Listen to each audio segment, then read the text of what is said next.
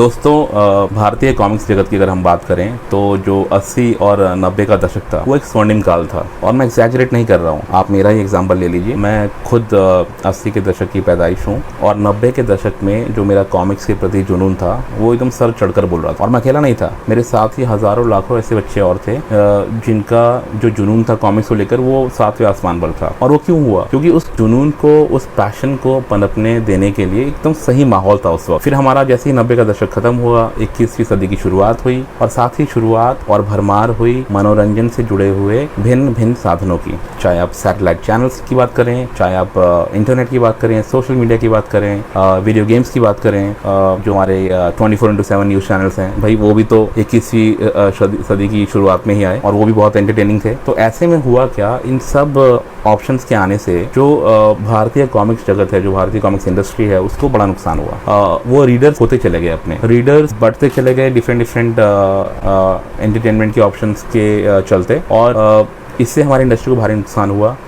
काफ़ी बिजनेसेस एकदम लॉसेस में चले गए और मजबूरी में कुछ पब्लिशिंग हाउसेस को अपनी दुकान बंद भी करनी पड़ी। ये तो अच्छी बात है कि समय रहते और तुरंत कुछ टाइम बाद ही हमारे कुछ जुनूनी कॉमिक्स भाई लोगों को इस बात का एहसास हुआ कि कॉमिक्स जगत के उत्थान के लिए अगर किसी को कुछ करना है तो उन्हीं में से किसी को कुछ करना पड़ेगा और बहुत जल्दी ही। तो ऐसे एक भाई हैं जिनका नाम है भूपिंदर ठाकुर। उनके बारे में मैं एकदम वीडियो के आखिर में बात करूंगा। अभी सिर्फ इतना बताना चाहता हूँ कि उन्होंने इस बात का एहसास उन्हें हुआ और वो अपनी खुद की एक कॉमिक्स की एक पब्लिशिंग कंपनी उन्होंने खोली है जिसका नाम है स्वयंभू कॉमिक्स। और उन्होंने सोचा कि इसके थ्रू वो भारतीय रीडर्स के लिए इंटरनेशनल मानकों को ध्यान में रखते हुए उस स्टैंडर्ड के हिसाब से एक अच्छी कहानी पहुंचाने की कोशिश करेंगे। और इसी के चलते उन्होंने ये एक कदम उठाया। नमस्कार दोस्तों, मेरा नाम है धीरेन और मैं स्वागत करता हूं आपका अपने इस चैनल में जिसका नाम है कॉमिक्स एनिमल। और आज हम बात करेंगे उन्हीं भूपिंदर भाई साहब की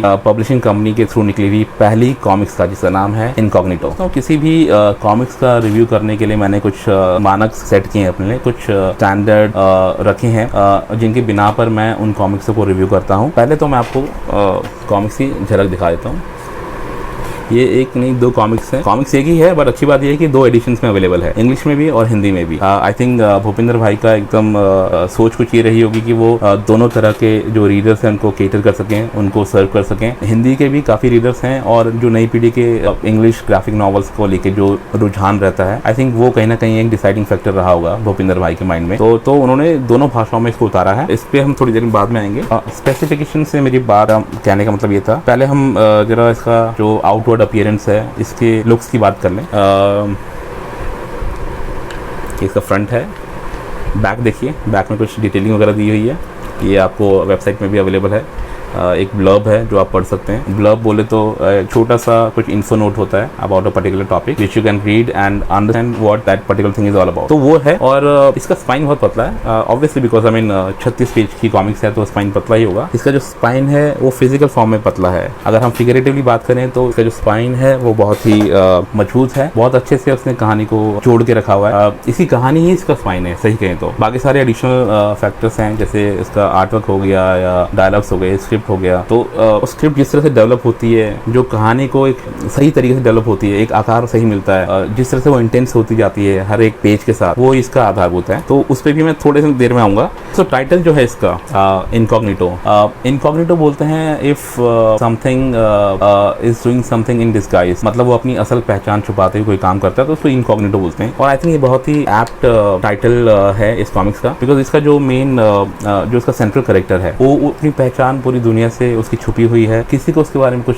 जानकारी नहीं है, फिर भी लोग उसके पास मदद के लिए आते हैं। उसके बारे में इतनी चर्चाएं चलती रहती हैं। तो actually he is present everywhere but still no one knows him properly. So that's that's the thing about this character called incognito. दोस्तों, अगर हम साइज की बात करें तो इस कॉमिक्स का साइज जो हमारे भारतीय पब्लिशिंग हाउस ने कही, जो ट्रेडिशनल फॉर्म में जिनकी कॉमिक्स आती हैं उस साइज से काफी बड़ा है। आप ये देख लीजिए। मैं थोड़ा सा आपको अगर अंदाजा दूं, जो इंटरनेशनल कॉमिक्स होती हैं, जैसे मार्वल की कॉमिक्स है मेरे पास, ये तो आप देखिए इसका साइज लगभग सेम है। तो ना इससे हुआ क्या, इससे ना पूरा एक आपको फील आना शुरू होता है, बिकॉज आजकल की जो युवा पीढ़ी है वो ग्राफिक नॉवेल्स के दीवाने हैं with all those Marvel and DC superstar super heroes. तो अब उनकी काफी मूवीज भी आ गई हैं तो उनका क्रेज उस तरफ थोड़ा ज्यादा बढ़ गया है। तो ऐसे में आई थिंक ये बहुत ही अच्छी कोशिश है उस ऑडियंस को भी अपनी तरफ खींचने की। भाई साहब विदेशी माल विदेशी है, आपको कोई मनाही नहीं है, आप वहाँ देख सकते हैं, उसको एडोर करिए, पसंद करिए, बट आप हमारी कॉमिक्स को भी पढ़िए। Same feel, same graphic quality सब आपको मिलेगा। थोड़ा हमें भी मौका दीजिए, देखिए क्या शानदार कहानियां हम आपके लिए लेकर आ रहे हैं, थोड़ा सा हमें साथ दीजिए। आई थिंक ये एक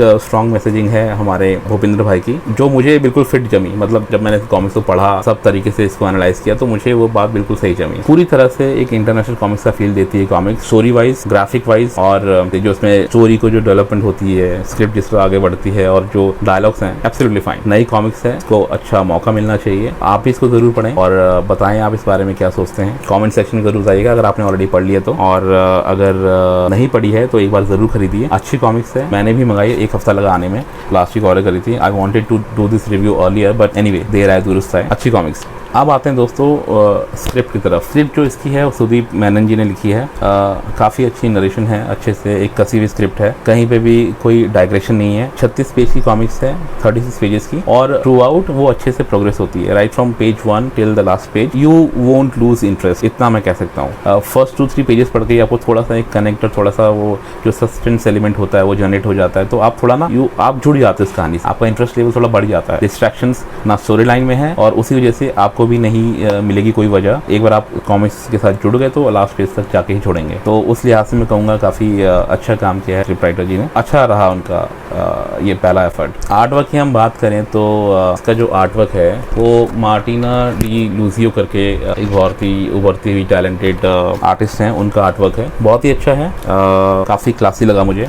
इतनी सारी कॉमिक्स पढ़ लेने के बाद आपको थोड़ा एक अंदाज़ा हो जाता है कि तो आर्ट वर्क इसकी क्वालिटी किस लेवल की है, कितनी डिटेलिंग है उसमें, और कितने अच्छे से एक्सप्रेशंस को कैप्चर किया गया है। तो मुझे खुशी है कि इतना अच्छा आर्ट वर्क लेके आए वो, और आगे भी वो इस काम को जारी रखेंगे।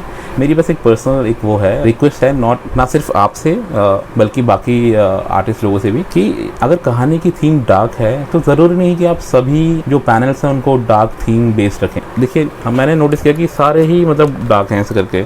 मेरा ये मानना है कि दिन और रात में फ़र्क होना चाहिए। अगर आपको कोई चीज़ एक्सेंचुएट करनी है तो उसके आपको जो बिल्कुल ही ऑपोजिट चीज़ है कंट्रास्ट दिखाना बहुत ज़रूरी है। अगर आप निशाचरों की बात कर रहे हैं जो कि रात में विचरण करते हैं और सभी उल्टे सीधे इविल काम करते हैं, तो आपको दिन और सज्जन लोगों को दिखाना बहुत ज़रूरी है। उन्हीं दिन के उजाले को और सच्चे सीधे लोगों के कंपैरिजन में आपको वही निशाचर और वो रात का समय बहुत ज़्यादा एक्सेंचुएट होकर आएगा और बहुत ज़्यादा डरावना लगेगा, ठीक है। लेकिन आप through out right from frame 1 अगर डार्क थीम के साथ शुरुआत करते हैं और वो थ्रू आउट द नरेशन वैसा रहता है स्टोरी के दौरान, तो आई मीन आर्टिस्ट लोग already they can always differ, क्योंकि क्रिएटिव थिंकिंग का तो कुछ वो नहीं पैमाना नहीं होता, बट ये मेरी पर्सनल एक राय है। बाकी कोई शिकायत नहीं, बहुत अच्छे से आर्ट वर्क उभर कर आया है। एंड आई थिंक जो क्रिस्प डायलॉग्स हैं इस कॉमिक्स के, अगर आप कंपेयर करोगे बाकी कुछ कॉमिक्स से तो डायलॉग्स बहुत कम है। आई थिंक वो कहानी की मांग भी थी, कम डायलॉग्स के साथ ही कहानी को आगे बढ़ाया जाए तो ज़्यादा और क्रिएट होगा जो हमारा सेंट्रल कैरेक्टर है, जो रहस्यमय किरदार है इनकॉग्निटो का, उसका। बट मुझे लगता है कि आर्ट वर्क इतना अच्छा है कि वो जो क्रिस्प डायलॉग्स हैं, जो डायलॉग्स की थोड़ी बहुत कमी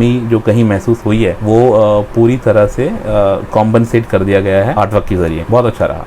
Guys, I quickly want to show you a couple of panels which I really like. इसमें सिम्बॉलिज्म बहुत अच्छा दिखाया गया है। सिम्बॉलिज्म से मेरा मतलब है, आप जैसे ये देखिए, ये जो पैनल है, ठीक है,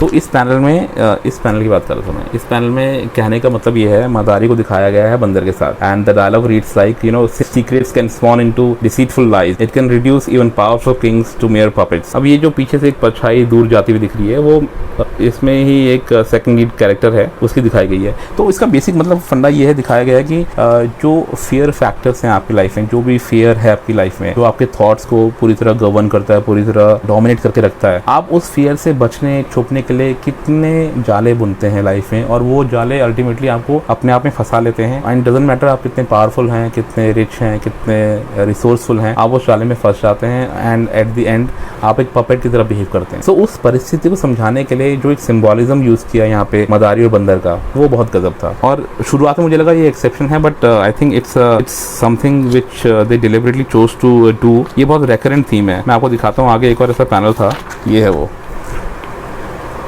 यहाँ पे जब वो एक कैरेक्टर है, उसको फोन कॉल्स आते हैं, someone is trying to intimidate that person, और उसके नेक्स्ट पैनल में दिखा रखा है कि किस तरह से एक मकड़ी का जाला है, थोड़ा डार्क है, शायद दिखाई नहीं देगा, तो वो उस जाले में फंसता चला जा रहा है, अपने ही बुनाए हुए जाले में। और लास्ट में अगर आप देखेंगे तो एक और है दिखा रखा कि towards the end of this comics, look at here, ये बंदा एकदम टॉप में बैठा हुआ है और उसका एक बर्ड्स आई व्यू है, as in he can have a better view of the situation. Bird's eye view basically होता है कि जहाँ पे इवेंट हो रहा होता है, जहाँ पे एक्टिविटी हो रही थी, अगर वहीं पे आप लोग शामिल हैं तो आप उस भीड़ में खो जाते हैं। लेकिन वहीं अगर टॉप में बैठा बंदा अगर आपको देख रहा है तो वो बहुत बेहतर ढंग से सिचुएशन को समझ सकता है कि क्या हो रहा है, कहाँ प्रॉब्लम है, कैसे इसको टैकल किया जा सकता है। तो वो सिम्बोलिज्म इन आर्टवर्क के थ्रू बहुत अच्छे से दिखाया गया है। टेक्स्ट शायद इसी वजह से कम है क्योंकि आर्टवर्क ने बहुत अच्छे से उस चीज़ को कवर किया है, तो ये चीज़ मेरे को बड़ी इंप्रेसिव लगी। अब क्या रह गया, नॉवेल्टीज़। सो गाइस, इसके साथ ये 2 ट्रेडिंग कार्ड्स मिलते हैं। ये 2 बहुत ही अच्छे कार्ड्स इसके साथ मिले हैं। एक जो लीड कैरेक्टर है इनकॉग्निटो का, कुछ स्पेसिफिकेशंस दिए हुए हैं जैसे पुराने ज़माने में WWF के फाइटर्स के आते थे। ये उसकी पेट है, इसका नाम है बबुश्का, ये उसका ट्रेडिंग कार्ड है। नॉवेल्टीज़ कोई भी हो अच्छी लगती हैं, बट उतनी ज़्यादा खुशी शायद मुझे इसलिए नहीं हुई क्योंकि ये कैरेक्टर्स हमारे लिए नए हैं। जैसे जाने पहचाने कैरेक्टर्स होते हैं, जब वो पॉपुलर हो जाते हैं तो फिर उनके जो नॉवेल्टीज़ हैं उनको आपको इकट्ठा करने में अच्छा भी लगता है। But I am sure, I mean with time these characters will grow on it's readers, और जैसे जैसे ये जो कैरेक्टर्स हैं पसंदीदा बनते जाएंगे लोगों के, तो इससे जुड़ी हुई नॉवेल्टीज़ लोगों को भाने लगेंगी। तो दोस्तों, अब हम आ गए हैं अपने फाइनल लेग पर। यहाँ हम प्राइसिंग की बात करेंगे। तो ये जो इंग्लिश वाली कॉमिक्स है, इसका प्राइस है 199, और ये कॉम्बो ऑफर में भी आती है। मतलब अगर आपको सिर्फ इंग्लिश कॉपी चाहिए तो आप 199 में ऑर्डर कर सकते हैं, बट ये कॉम्बो रूप में भी अवेलेबल है। You can order both the editions, Hindi and English and Hindi साथ में, और आप लेकिन इसमें आपको ज़्यादा छूट नहीं मिलेगी। ये 398 रुपीज़ का आपको दोनों कॉमिक्स पड़ेगी, और साथ में नॉवेल्टीज़ हैं जो कि 2 मैंने आपको ट्रेड कार्ड दिखाए अभी। अच्छा है कुल मिला के। प्राइसिंग की अगर बात करें तो लगभग 200 रुपये, 199 अब 200 रुपये समझ लीजिए। 200 रुपये सिंगल कॉमिक्स का दाम हो गया, और कॉम्बो ऑफर लेते हैं जिसमें आपको हिंदी और इंग्लिश एडिशन दोनों मिल जाते हैं विद द नॉवेल्टीज़, तो वो आपको 390 रुपीज़ का पड़ेगा, 400 लगा लीजिए। आई थिंक नया पब्लिशिंग हाउस है, उन्होंने क्वालिटी मेंटेन करी है, आर्टवर्क अच्छा है, डायलॉग्स अच्छे हैं, और स्क्रिप्ट पे अच्छा काम किया है, कॉन्सेप्ट अच्छा है। मुझे कहीं ना कहीं थोड़ा सा इंस्पायर्ड लगा, बट देन इंस्पिरेशन तो इधर उधर से लोग लेते रहते हैं, बट देन उसको अच्छे से एग्जीक्यूट बहुत अच्छे से करा है। बहुत ही अच्छा इसका नरेशन लगा मुझे। आने वाली कॉमिक्स का मुझे अगर आप पूछे तो इंतजार रहेगा। मैं आपसे भी कहूँगा कि आप इसको पढ़िए, अगर नहीं पढ़िए तो इसको एक चांस देना बनता है। You will like it. ये जो कैरेक्टर्स हैं बहुत रिलेटेबल हैं, unlike the super heroes and characters which are surrounded by mysticism, या कोई ग्रीक कैरेक्टर है या कोई मतलब पुराने 400-500 सदी पुराना कोई कैरेक्टर इसको नए जमाने में लेके आए, वैसा कुछ नहीं है। बहुत ही रिलेटेबल कैरेक्टर्स हैं, आज के ज़माने का माहौल है, you can very easily relate to it. और नई कॉमिक्स है, सबसे बड़ी बात तो वही है कि इतनी ब्रेव, इतना it's a brave attempt, it's a very brave attempt by Bhupinder ji. और नई कॉमिक्स है, नई कहानियां हैं, नया प्रॉमिस है नए ज़माने के साथ, और भी कॉमिक्स लाने का वादा है। So I am really looking forward to it. Bhupinder ji को और उनकी पूरी टीम को मेरी तरफ से बेस्ट विशेस हैं। आपने एक अच्छा प्रयास किया है, जो आपका पहला प्रयास है। आगे भी इस क्वालिटी को आप मेनटेन रखना, और स्क्रिप्ट इतनी ही कसी हुई रखना। मुझे पूरी उम्मीद है कि आपके इस प्रयास से नए लोग जुड़ेंगे। मैं तो जुड़ चुका हूँ। बहुत बहुत शुभकामनाएं आपको। Wish you all the best. दोस्तों, अगर रेटिंग की बात करी जाए तो जो मेरे 5 मानक थे, जो स्पेसिफिकेशन से, जो स्क्रिप्ट थी, जो इसके डायलॉग्स थे, जो इसके मतलब जो इसका आर्टवर्क था, जो इसका प्राइसिंग है, और जो इसका नॉवेल्टीज़ हैं, उन सबको मतलब मद्देनज़र रखते हुए अगर मैं एक फेयर असेसमेंट दूँ तो आई थिंक 5 में से 4 पॉइंट्स ये कॉमिक्स डिजर्व करती है। प्लीज़ आप पढ़िए और एंजॉय करें। मुझे ज़रूर बताइएगा कि आपको मेरे इस रिव्यू में और जो कॉमिक्स पढ़ने में आपको कुछ अंतर नज़र आए तो प्लीज़ ज़रूर बताइएगा। अगर आपको लगे कि हाँ भाई कुछ समानताएँ थी, धीरेन्द्र ने जो बोला कॉमिक्स कुछ या लगभग वैसी ही है, और आप संतुष्ट हैं उससे, तो वो भी मुझे ज़रूर बताइएगा। धन्यवाद। मिलते हैं जल्दी किसी और कॉमिक्स के साथ।